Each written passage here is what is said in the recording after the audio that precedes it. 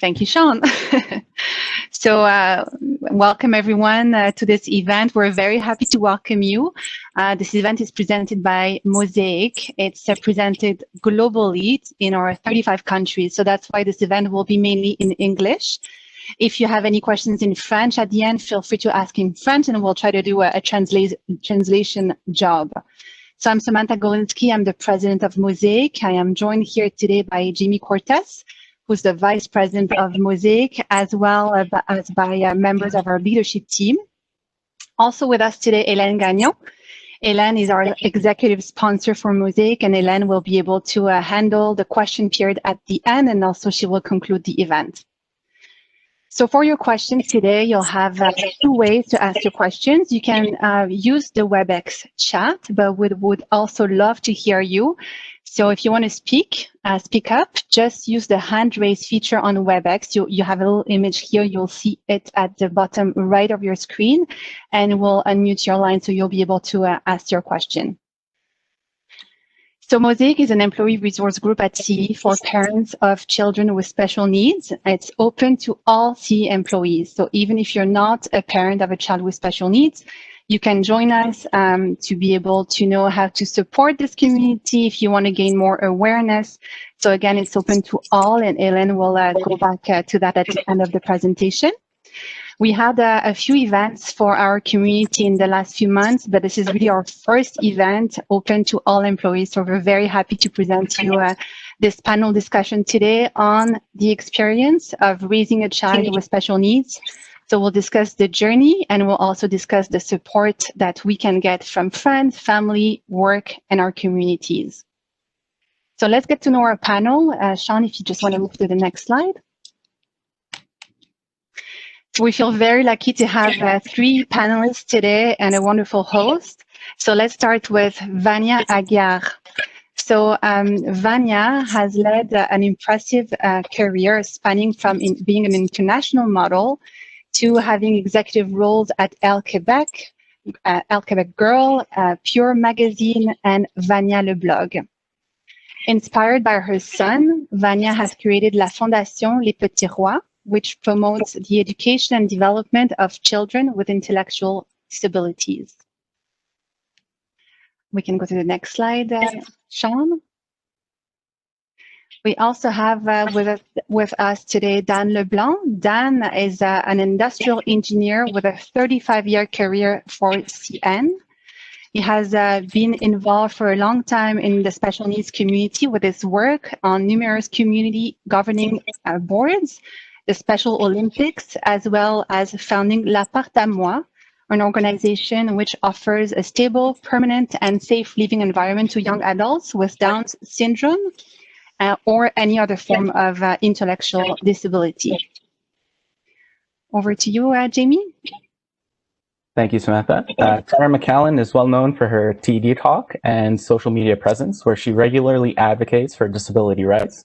She is also the founder of the Happy Soul Project, a nonprofit that has worldwide reach with numerous initiatives, including the hashtag Different is Beautiful. Next slide, please, Sean. Our panel host, Terry DeMonte, is one of the most recognized voices in Montreal radio. Known at the helm of the morning show for decades, Terry is also well known for his many years of fundraising work with the Montreal Children's Hospital, and we're absolutely delighted to have him and our panelists with us today for this discussion.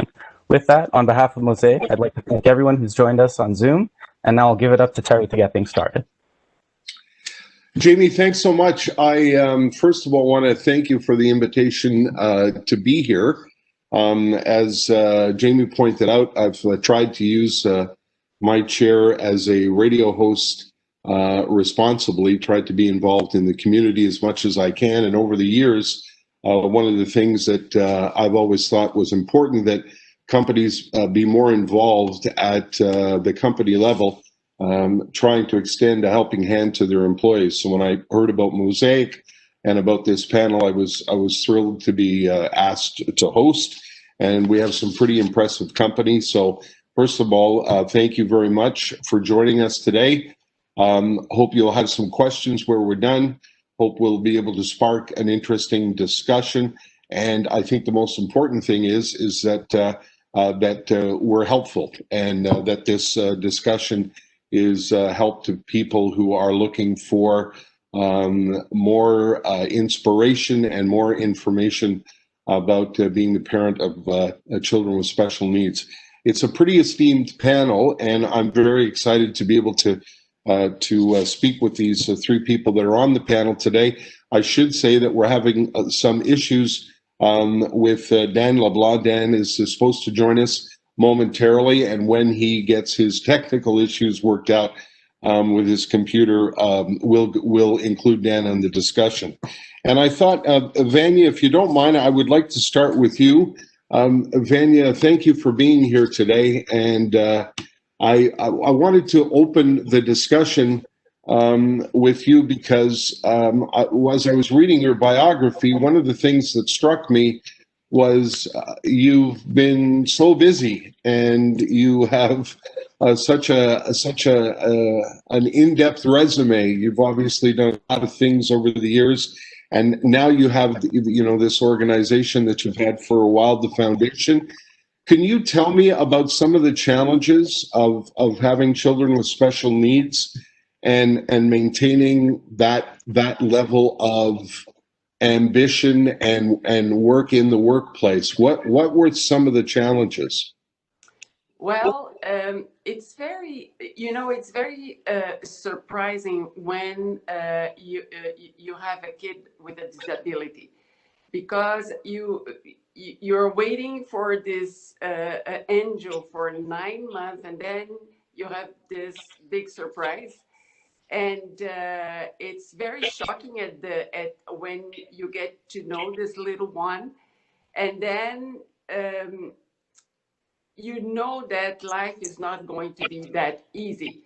So you have to reorganize your life. You have to first of all understand what is going on, accept, because I think acceptance is a big thing in the life of families that live with children with disability. And also make sure that people will understand also who your child is. And if you, specifically because you want people to respect the difference of your child, and make sure that they understand who this little person is. So there is a lot of challenge. The challenge starts with how are you going to present your child to your family, your neighbors, the community, and then how are they going to see this little person that is different? How are they going to accept this little person that is very different? So when my son was born, it was for sure a wake-up call for us, because as you see, I've been working with the biggest of fashion around the world, which is a lot of it's a way of having yourself. It's an image. It's very important for fashion, for beauty, for different magazines. And then I have in front of me a little kid that is very different from the beauty that I have seen before. So it was a big wake-up call for me. And then when we start understanding who he is, and how and what I am going to do to make sure that this kid is going to be someone one day. How can I make sure that I'm going to put everything in place to understand my son, and how I'm going to make sure that people also are going to understand and respect him, and make sure that he can give chances in life to be able to do things. So there is a lot of challenge, but I think the first thing that people has to understand is, if this kid or this person is accepted, anything can be done. And this is what I believe, and this is the way I always live my life since my son was born. Vanya, do you remember where you turned first when you first knew you were going to have the challenges that you had to tackle? Where do you turn? Who you know, once you process the information, who do you turn to? Is it family? Is it medical people? Where do you start? It's funny that you asked me that, because I think the first person was really my husband, and we looked into each other's eyes and we said, what are we going to do? I had my daughter who started speaking. She was like 9 months, walking 9 months. Everything was so perfect. And then I had my son. So we look into each other's eyes and we say, well, what are we going to do? But we need to do something, because I think as a parent, the first thing that comes out is love, the love that we have to each other, to our kids. So the first thing that I really wanted to do is, okay, so what can we do to make sure that we do the right things for him? And how are we going to present him to the family? How are we going to make sure that the family understand who he is? For sure, it's not that easy, because, you know, there is always someone who's going to look into you and say, well, what have you done to have a kid like that? I heard that several times. And so it's never your fault. It's never the fault of anybody else. The only thing you have to think now is you have someone that is a human being that needs to have the chance that everybody else has in the world, and he has to be able to do things. So you have to help him. It's going to be more difficult, or it's gonna you have to work harder than you work to other kids that are not disabled. But if you put the right energy into it, you are able to make things happen. I know with the foundation, and I have to say, I believe profoundly in their potential. I've seen my son. My son is very severe. He has a intellectual disability, severe. So he needs help to do everything. He's learning. He's 25 years old now. He's like a huge jack of 6'3", and I love him like you would not believe, because every little thing he does, it takes so long for him to and it works so hard to be able to do one little simple thing. And when he does it, he's so happy. We are so happy, and we are able to see that he will develop some skills to be able to do things in life. So I think the word here is help, respect, accept, just to be able to make this person grow. Beautifully put, Vanya. Tara, I'd like to bring you into the conversation. Tara is joining us, I think, from Ontario. I don't see your picture, Tara, so I'm assuming you're still there. Are you still there? I'm here. Yeah, you guys can't see me? Oh, yeah. Well, there we go. I can see you now. Tara, welcome to the discussion. I'd like to ask you the same question after that was so beautifully put by Vanya. Where did you turn first when you were met with that challenge? Yeah, so in our situation, my little girl Pip, it was a post-birth diagnosis. We didn't find out till a couple days after. And in our situation, my little girl has Down syndrome. So it was a real shock. We were completely gutted.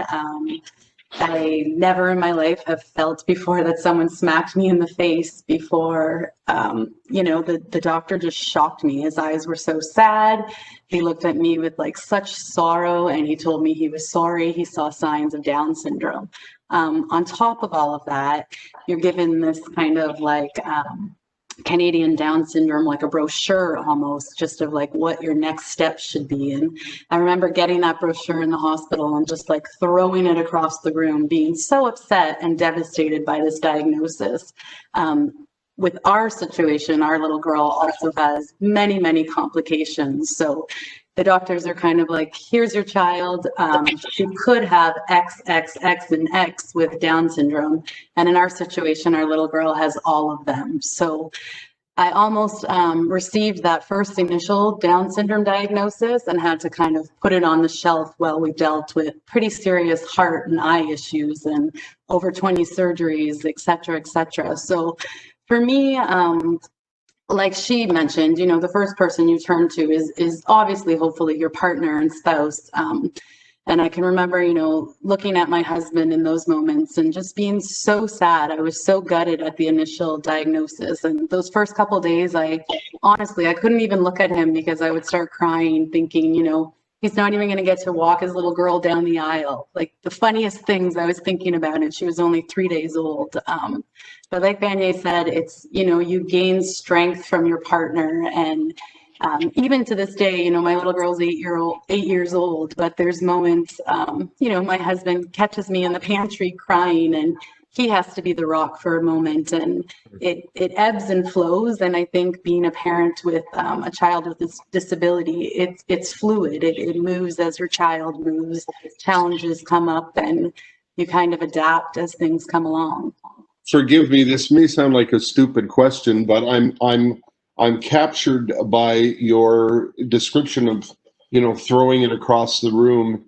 It sounds to me like there's a moment of denial, and how do you, like, and again, forgive me because I'm not even a parent, never mind a parent of somebody with challenges. How do you put one foot in front of the other? Where do you find the strength to say, okay, we've got to get on with this now? Where does that come from? If there are people watching who are looking for that strength, what do you tell them? I mean, for me, there's 2 moments when my little girl was just a couple days old that happened. The first moment, we were with a room full of specialists with Down syndrome. It takes a couple days to confirm because there's a blood test.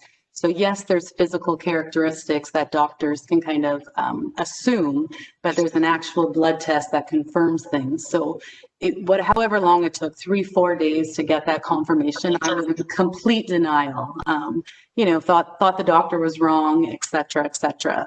When we were in the room with the specialist, my little girl Pip, she was only a couple days old, and I was holding her, and I remember the doctor looked at me and said, confirmed her diagnosis, confirmed she had Down syndrome, and looked at me straight in the eyes and said, if you choose to have a third baby, because I had already had a son, he looked at me and said, if I chose to have a third baby, they could prevent this from happening. And I remember right there in that moment, the fact that he dared to place any value on my child, something shifted for me, a fight arose. Wow. A deep kind of love and passion overtook the grief that I have. And I don't know, now there's moments. You brought up, that Down syndrome package we first got. A couple years later, actually, I was approached by the Canadian Down Syndrome Society, and they asked if I'd like to include a letter from a mom so that now when parents get that package, they have kind of like a real raw look. And also kind of an okay, that it's okay to grieve, and it's okay to not assume that everything's going to be perfect from the beginning. And I don't know, moments like that for me is kind of where I find that redemption of being so sad in the beginning. And is it okay if parents who are watching, is it important for them to know that it's okay to have a cry in the pantry even after 7 years? 100%. Like I said, my little girl has Down syndrome and heart issues, and 4 years ago she was diagnosed with type 1 diabetes and celiac. And I never, in our situation, I never feel like I get to catch my breath. I feel like every time we're at the doctor's, I'm waiting for the shoe to drop. I'm waiting for the next diagnosis. I'm waiting, for something else to happen. And I 100% think parents need that grace to know that it's okay, to know that it's hard, to know that it's lonely, to know that, we're on this different path and there's going to be challenges not only for our kids, but for us. Vanya mentioned when she was giving us the details of her situation, there's joy in the accomplishments of her son. So is it the same thing true of a child with Down syndrome? There are victories along the way that you can cling to? Oh, Terry, you just need to Google Pip and you will be like blown away. My child is like... Okay. She is like the sassiest Spitfire you'll ever meet. Every single moment of this child's life is just like bursting with accomplishment, bursting with pride. I look at her and what she accomplished, like Vanya said, even if it's the simplest task, the joy and the pride she brings to it is contagious. Fantastic. Vanya and Tara, I'm going to ask you the same question. Vanya, I'd like to go back to you. For people who are unfamiliar with children who have special needs or challenges, for parents, who are in malls and at stores and at McDonald's and in these places, and I can't even imagine, people can be so kind and some people can be so cruel. What is it you would like people to know about about your child and how they present themselves, as you talked about, Vanya, how they present themselves to the world? What do you want people who are unfamiliar with the struggles that you and Tara have? What would you like people to know? Terry, since my son was born, I always wanted him to be very visible, to be out there. I want people to see him, to understand him. It was, for me, the only way that I was sure that people would understand who my son is. And for sure, when you have a child like my son, you want people to look at him and with tenderness, but also with acceptance. Right. Because people when we are outside, some people just stare at him because they don't understand really what's going on. But so I like people to instead of looking into people with a difference, look with a smile, with acceptance. Tenderness is a good word. That's a lovely word. It's funny because I'm Brazilian and I go often to Brazil, visit my family with my son. And in Brazil, my son loves, he's very sociable. He wants to speak with people, although he doesn't speak, but he likes to have to touch and smile, and he's very funny. And in Brazil, so he would pass by someone and he goes, hello, and people are going, yeah, how are you? Yes, let's go. So he felt so important. He was like really a star in Brazil. So Fantastic. I like people to look into our kids like this, tenderness, with a smile, not with the eye like that. I think it's very important because our kids, they are very proud. My son is very proud. He has a very high self-esteem of himself. He looks into the mirror and he loves the guy that is in that mirror looking at him. He has a smile. He loves it. So I think people needs to look like it's like any other person that is passing by on the street. You want to look at this person and say, hey, hi, hello, how are you? So just with a smile. Fantastic. Tara, I'm going to get you to follow up. I know Dan We've reached Daniel LeBlanc, and Dan is on the line. Dan, I'll get right to you in a second.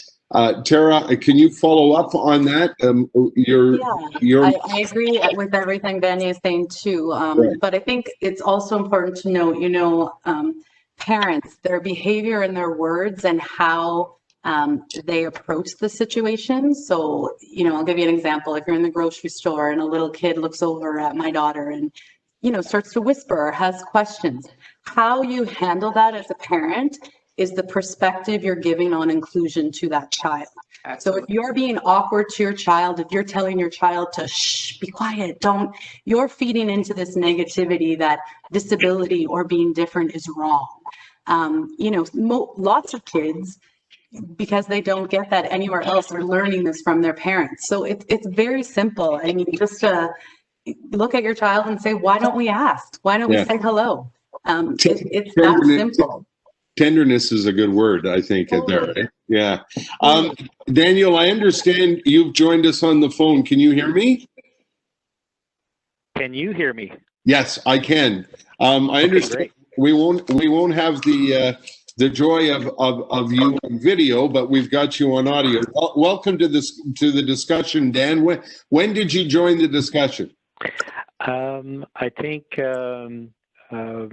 Tara and Vanya were talking about how they heard the news in terms of that their child was bringing back memories in terms of how they were greeted with the news that their child had special needs. So that was, I listened in, that was pretty powerful.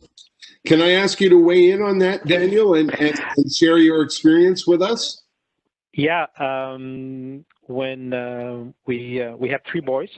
Mark is the second son, and my wife had normal event, no event pregnancy.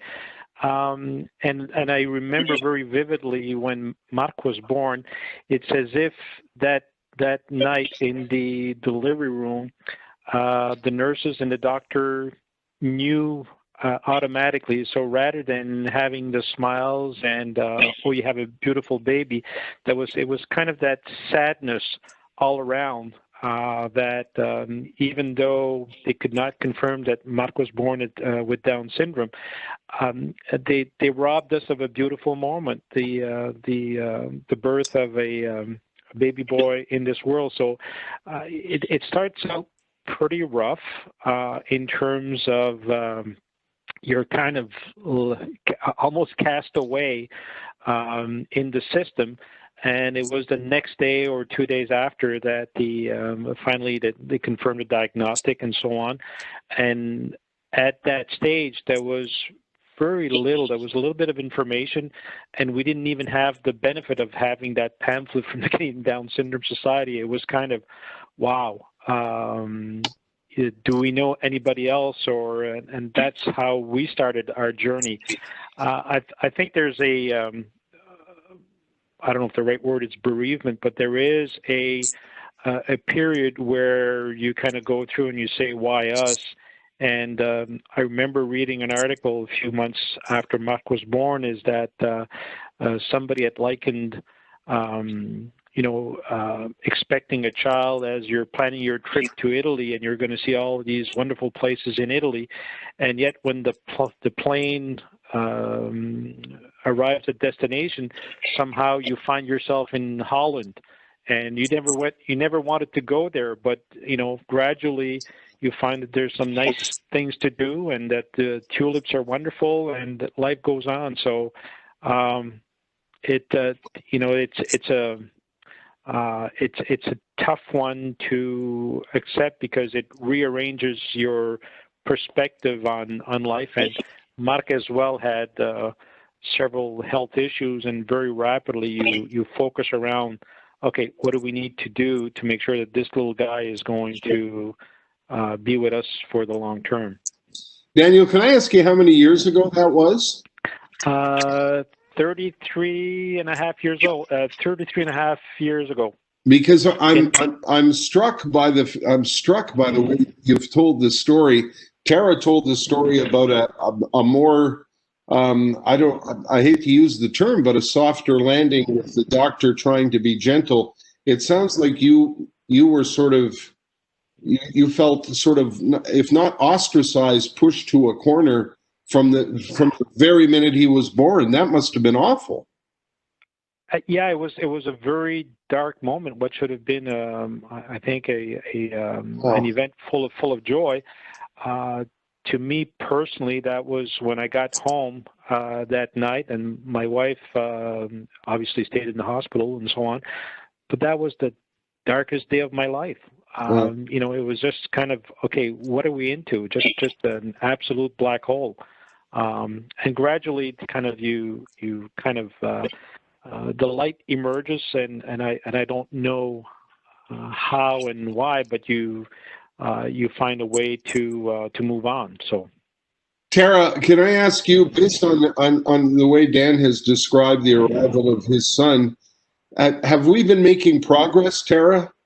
Yeah, I mean, I think we have to a certain extent. I think, you know, being now in a social media world, there's still that stigma, right? Like I posted when I was like going into the hospital being like, I'm going to labor, I'm having my daughter, blah, blah, blah. So there's, you know, it's just a shifted in demographics now.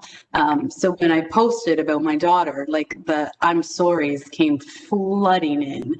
You know, most people responded with, I'm sorry, or I'm praying for you, or, you know, God chose a special people, which is absolute. Can you swear on this? No. Okay, crap.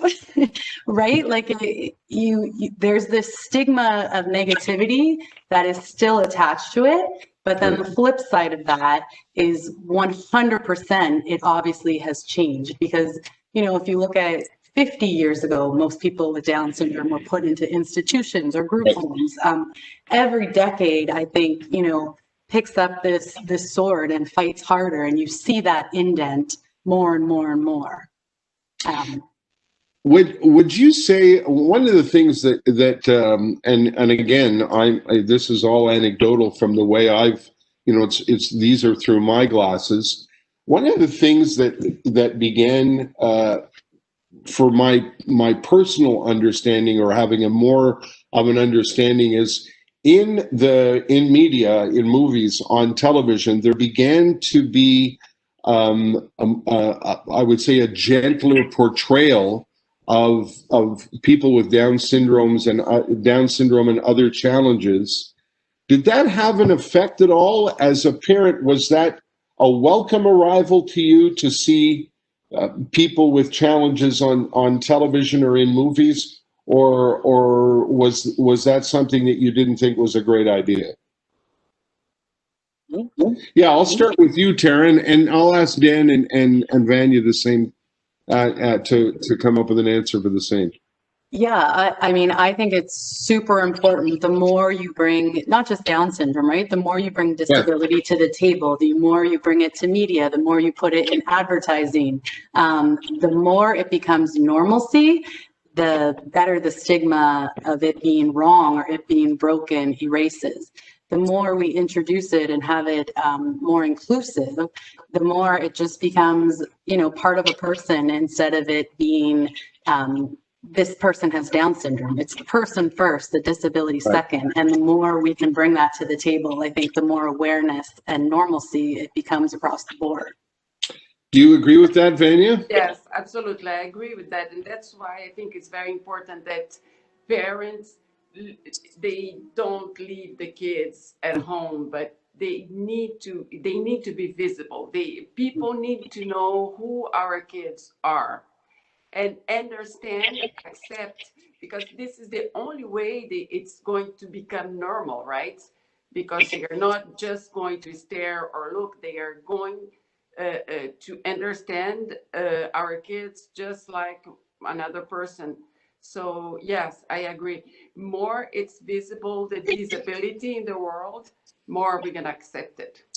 Daniel, I want to know if you agree with that after a 30+ year journey. Would you agree? There's a lot of yeah, absolutely. I mean, and maybe not a lot of you have had a chance to see it, but there was a series that was called Life Goes On. that aired for a couple of years in the late 80s.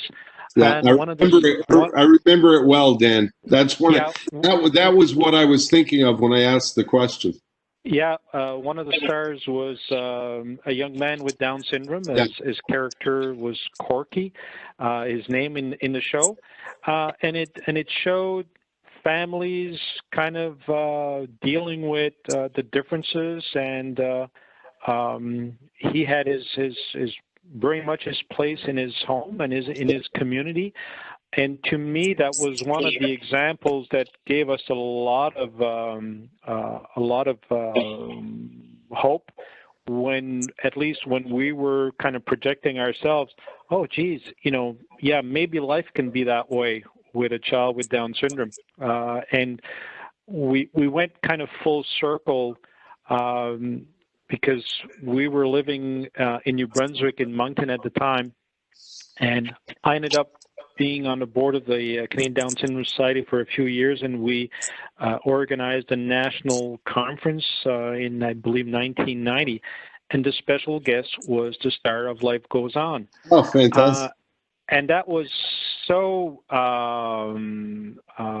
so inspiring for all of the families that were able to participate and see that this was, yeah, he had Down syndrome, but he was very high functioning, but still there was a lot of hope in that particular show. So it's kind of sad in a way that we don't have the equivalent nowadays in 2020 of what was being televised in the late 80s.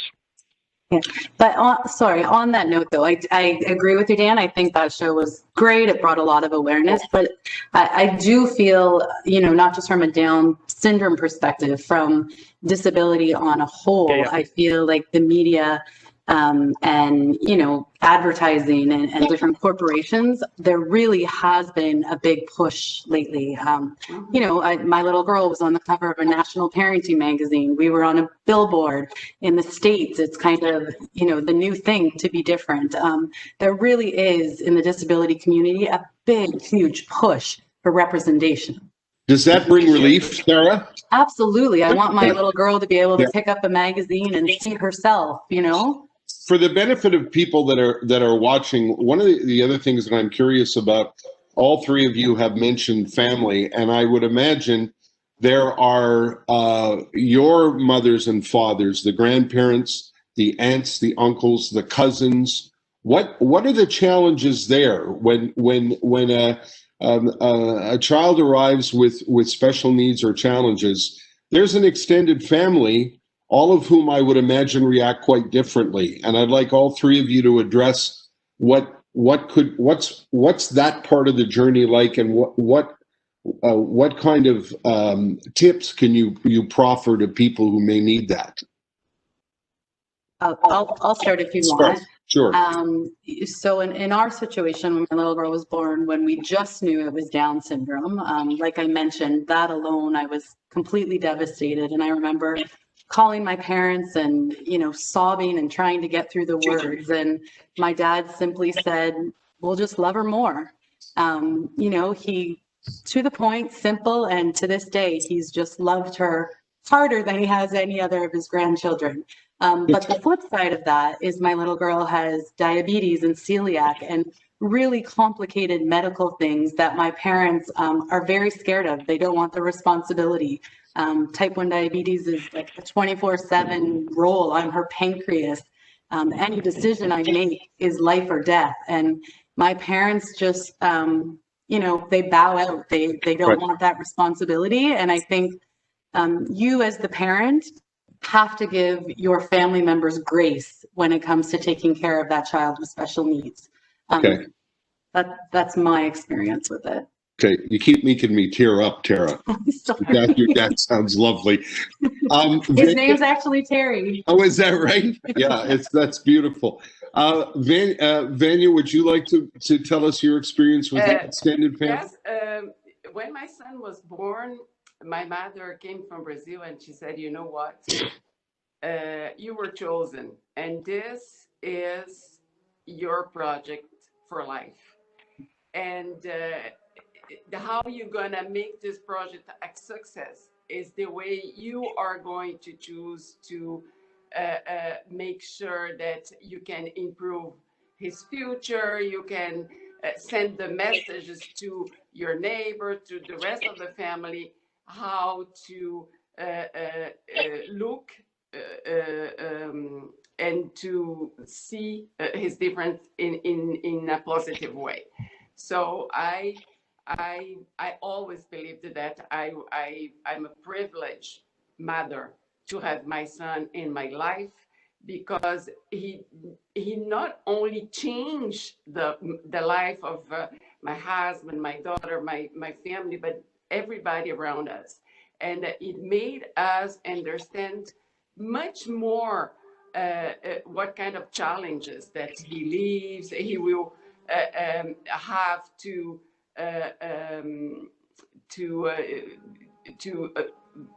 do in life, but also what kind of a challenge our family needs to go through to prove that our kid is able to do anything that he wants to do in life. And we are going to be able also to send a message to everybody else that everything is possible for these kids, because they are able to deliver whatever they wanted to do in life or whatever they wanted to achieve. Daniel, I'll ask you to address that. Extended family, do you have tips to offer? The stories are very similar. I mean, again, one of the first persons that was there when Marc was born was my mother-in-law, who had come down to help because we had another child, and in a quiet, just not matter of fact, but just in a quiet, very composed, and she said, "Tell me, Dan, does he have 2 legs? Yeah. 2 arms? Yeah. Did he scream? Yeah. Okay, so he's a baby. He's a normal baby. You're going to be all right." So it was such a simple yet powerful message that stuck with us throughout the years, and we have a fairly large family, and I know that the Marc always had his very much his place with his cousins. They would kind of rough up and monkey around and stuff. So Marc was just one of the grandchild around the table. And he made his way around. I mean, I remember going to outings, and Dad always was afraid that Marc would often decide that he would go on errands unannounced. And if we went hiking in the wood, Marc would be the only one wearing orange, and everybody would, okay, who's responsible for watching Marc the next 10 minutes? I am. So it became kind of a team sport. So I'm glancing at the clock, and I'm enjoying this discussion so much that I can't believe that we're almost out of time in terms of our discussion. And for people who are watching, there will be questions. The 3 of you will be available for questions from the audience. But I would like to ask, our discussion will close this way. Tara, I'll start with you, and then Vanya, and I'll go back to you, Dan. Tara, tell us one thing that what is it you'd like us to know about Pip? Talk to me about something that brings joy, that you would want people to know about Pip if they were to meet her. Well, I think not just Pip, I think, for everybody listening, they need to understand that a diagnosis or a difference or a disability, it can't predict the extraordinary love that you're going to have for that child. It doesn't define who that child is. My little Pip, I can't even put into words how she's changed my life, how she's, changed the world, really. She's given my life such purpose, such fight, and how she's shown me to look at the world through someone with Down syndrome. I'm just humbled every single day that I get this honor to kind of see life through her eyes. It's an unbelievable privilege. It's unbelievably challenging, but it's beyond special. It really is. Vanya? Vanya, Well, what can you tell us? Well, I think they're very special, and I agree with Tara. We every day we learn more and more and more with our kids. We learn patience. We learn just the little things that they do every day is really a source of a lot of love, actually. And since Henri was born, I always thought that we need to I had this need to help people to understand more. And so that's why I decided to create this foundation, to be able to, just with the intention of improving the future of kids with disability, and really raise awareness and make sure that people go beyond the look of our kids. They really understand who they are. They really accept who they are.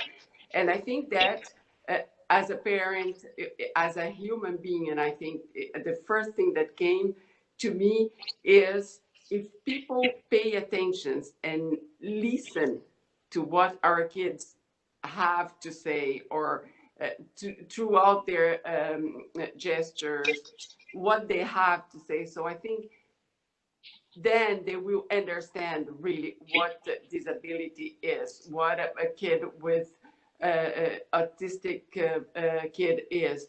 And only then they will be able to respect and to embrace the difference, I think, with love. Daniel, we'll leave it to you for the last word. What can you tell us? What would you like to tell us about Mark?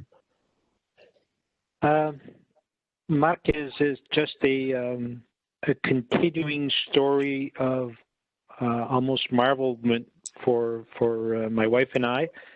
When we started out, they were saying, well, we're not quite sure that he's going to be able to walk. He has speech impediment. He has this. He has that. Yeah, we've been on the path with him, and he has basically become a very autonomous young man who has his own apartment. Loves to be with his friends. He has his challenges, but there's never a day where he complains about anything. He's happy to exchange with in his work environment. He's always up for a new adventure, and whether it's doing some of the sports that he does, whether it's downhill skiing or traveling or discovering a new type of pizza. I mean, that's what makes him happy, and he's just a fun guy to be around with. So that's what I would like people to know about Mark. And he's made our life a lot better. Daniel and Tara and Vanya, I can't tell you what privilege it's been to talk to you. I don't know where the time has gone. Helen, I apologize. I've taken a little bit of extra time because of it's inspiring, and it's awash in love and respect and tenderness and kindness. And it's been an absolute privilege to lead this discussion. And we're turning it over to Helen, who will direct the questions now. Thank you so much. Thank you. No, thank you, Terry, and I couldn't agree more with you. I mean, this conversation is so human, so authentic. Of course, it's touching a lot of people. So we're going to open it up to questions from CAE employees. You can use the chat. There's already a few comments that I can read, and we'll welcome some of the questions for the panelists. And you can also raise your hand. So So in WebEx, it's above the chat, I think, where you can raise your hand, and I'm going to name you so Sean, our king of IT technologies, can actually unmute your mic. But I'm just going to start off by reading a few comments so you feel the love as a panelist as well. I'm with all tears. This is really inspiring. I appreciate the organizers and the panelists for sharing all their experiences. Thank you so much. Another comment, thank you all for your open and interesting discussion. Highly impressive discussion. Thank you to the three panelists for sharing your stories as well as displaying your strength. You've inspired me to continue the fight. Thank you. Wow, so moving. Thanks for sharing your story. So yet no questions, but lots of comments, as you can see. I hope you feel the love. Thank you for giving us an opportunity to participate in this wonderful event. I myself was on an emotional roller coaster throughout. The speakers were great, and Terry did a wonderful job presenting and questioning, and I couldn't agree more. One more here. Thank you for sharing your stories and experiences. You're all so inspirational, with a smiley face. Thank you all for sharing parts of your life. Thank you for your inspiring stories. I understand a common denominator along your unique stories is resilience, and this is admiring. I'm really proud of you, of your initiative, and congratulations. Another comment, inspiring, honest presentation. Thank you. What are the best things we can teach non-disabled children about special needs people?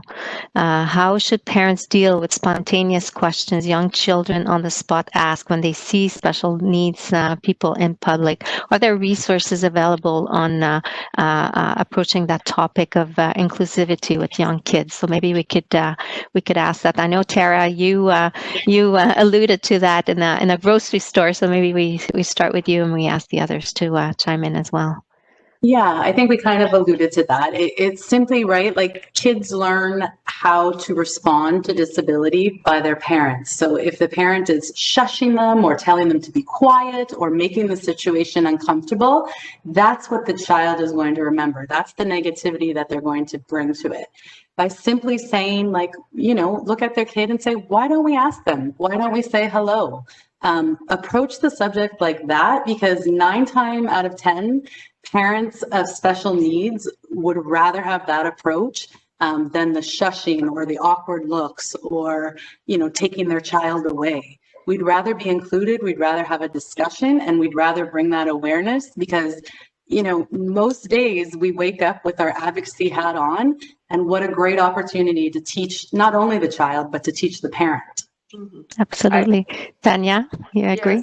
Yes, I agree with Tara, and I think it needs to be natural. Mm-hmm. Sometimes when people are looking and staring at my son, I just say to my son, listen, look, there is someone looking at you. I think you're so beautiful. That's why he's looking at you. So right away, the person is like a little, no, I was just looking at him. I just wanted to touch base with you, and can you explain what he has? So it's easier to speak with the other person like that, but it needs really to come naturally. I agree with Tara. If you're negative and you're close about what your son or what your kid is, then it doesn't work. I see there's a lot of questions, so maybe Dan, I'll come back to you for one of the answers. Jean Bergeron would be ready to ask a question. I think, Sean, you opened his mic already. Jean, we can hear you. Yes. Okay, I think now you can hear me. Yes, thanks, go ahead. Thanks for all the panelists. That was quite interesting, and well, it's definitely, although I don't know how to say that in English, but in French I would say brasser les émotions. However, creates a lot of turmoil in the emotions. Yeah, exactly. But one of the advice I would like to ask you is how to engage people that don't have any child with special needs, how to engage them, how they can contribute, how they can help others, what can be their contribution to the cause or to the support of the parents or the child or people that have special needs.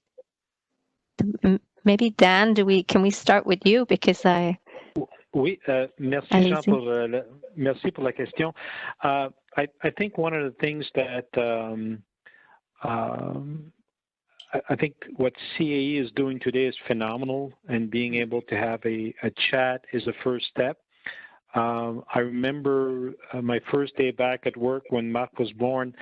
A very senior leader, I was with CN at the time, but a very senior leader came down to see me on Monday morning at 8 a.m. and he said, and first he said, congratulations. He knew that Marc was born and had special needs, but he said, congratulations for the birth of your child. I know you've got some challenges, but if there's ever anything that you need from me personally, or you need to take some time off, my door is always open. So I think it starts with setting an example in the workplace. If it becomes an acceptable behavior to talk openly about requirements, and that could go beyond special need kids, any particular situation, if there's that environment that fosters dialogue, and it's encouraged, obviously, in your corporation, it goes a long way. So maybe a long roundabout way that you need leadership, you need some examples to set the tone, and then it becomes natural or more natural to have the conversation. Absolutely, I agree. I'm going to turn over to another question, if you allow me, because I see the time is running out. Richard Mitchell, I think your mic is open to ask the next question. Hi. Two of the panelists have special needs children who are beyond the age of being what is normally considered a child. And as children through schools and other things, there's a lot of support available. I'm just wondering what your experiences are as your children aged out of school and into other realms, as far as being able to get support, and how you planned for that, and what kind of plans you have for the long term of the health and well-being of your child. Maybe, I don't know, Tara, do you want to start? Well, my little girl is only 8, so she's still getting the support from school and therapies and that kind of thing. I think maybe that question's more direct. More for Vanya, you're right. Yeah. Vanya? Since my son was little, I always worked in advance what is going to be the next step. So I think it's important always to think about it much before when we are right there. Now, my son is 25 years old, but in every different step of his life, I always worked to put things in place for him to be able to go to school, to go to high school, to go to adult school, but always research and search more in the clinical, either with the medical. My son has lung disease also, and with all the resources that the government can offer to us. So more you research, more you can get services for your son or daughter. And also, I think you need just to talk about it with other parents to be able to find out what more there is, so you can offer to your child. Thank you. Thank you so much. And I'm not going to read all the comments we have on the chat, but they're all so positive, and people, thank you so much for all the sharing, the very authentic sharing that you've done with us this afternoon. And somebody mentioned that Sesame Street included a character with autism about a year ago, and it's showing that we can portray some differences in the shows, and we can start the conversation with our kids early. So I think it's a good comment. So at this point, I'm going to thank you all for your your participation today. I think what you shared was very personal, very authentic, and definitely you touched a lot of people today at CAE. Terry, your ability to make our panelists at ease of sharing some very difficult stories was phenomenal. I can tell you that on my side, it's a real privilege for me to be the executive sponsor of this employee resource group. Myself, I could relate to all of you. I have a 21 years old son, but he was born after 5 months. So I was waiting for this surprise after 9 months, as you mentioned, Vanya, but I got the surprise after 5 months, 585 grams, super sick, tiny premature baby. And I became a fighter the day the doctor asked me, do you want to give him a name? Because there's so little chance that he's going to survive. So just as you mentioned, Tara, I became a fighter. I said, don't you dare. You're going to put his name on the incubator right now. His name is Victor, and we're going to succeed together, and there's going to be a victory. So I think I can relate to all of you today. He's not having any side effects of his very, very difficult first few years of his life, but I'm a privileged mother, and I'm a privileged. It's a real privilege to be the executive sponsor of this group. So I really want to thank all of you for your participation. There was more than 200 people on the phone with us today, and I want to remind you that this employee resource group is really open to all employees, whether you're a parent with a kid with special needs or not. You can have somebody in your family. You can have a colleague. You could have a friend that needs some support, and so you could become an ally. So just send an email to mosaic@ca.com, and you can become a member, have access to the support community, the special events, the activities. So we certainly encourage you to join. I wish I had a support community like this when this all happened to me more than 20 years ago. I did not have a support community at work, and I think it can make a big difference in our life when we have a kid with special needs. So thank you again, Vanya, Tara, Danielle, and Terry, and of course Samantha and Jamie for organizing. I think it was a special session for all of us. So thank you again, and have a great rest of your day. Great Thank privilege. you so much. Thank you very much. Have a great day, everyone. Thank you so much. Thank you. Thank you. Thank you all. Thank you for the invitation. Thank you. Thank Bye. you. Bye-bye.